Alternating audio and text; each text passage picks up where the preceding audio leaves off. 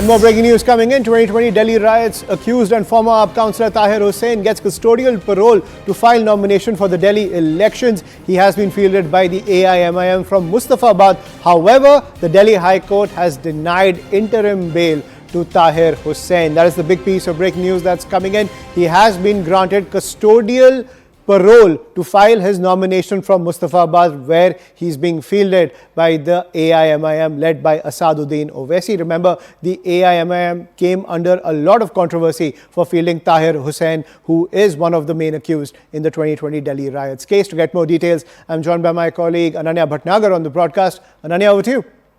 Well, definitely, this is something that definitely comes like a little relief to Tahir Hussain. But at the same point of time, you have to understand one thing is very, very clear that, the Delhi High Court too was not in line to grant a bail to Tahir Hussain into this particular case because, there were very strong submissions that have been put forth by the Delhi police as far as, Tahir Hussain is concerned, calling him, in fact, a threat to the society, saying that, he was the main dramatist and funder of the riots which took away almost 59 lives.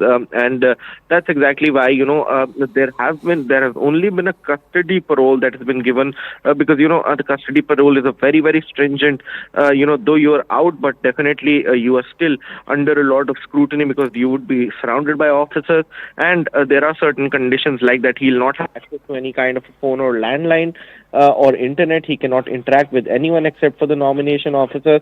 And, though the family members can be present while he would be, filing his nomination, but they could not even interact with him or, click his pictures or post these pictures anywhere on the social media platforms.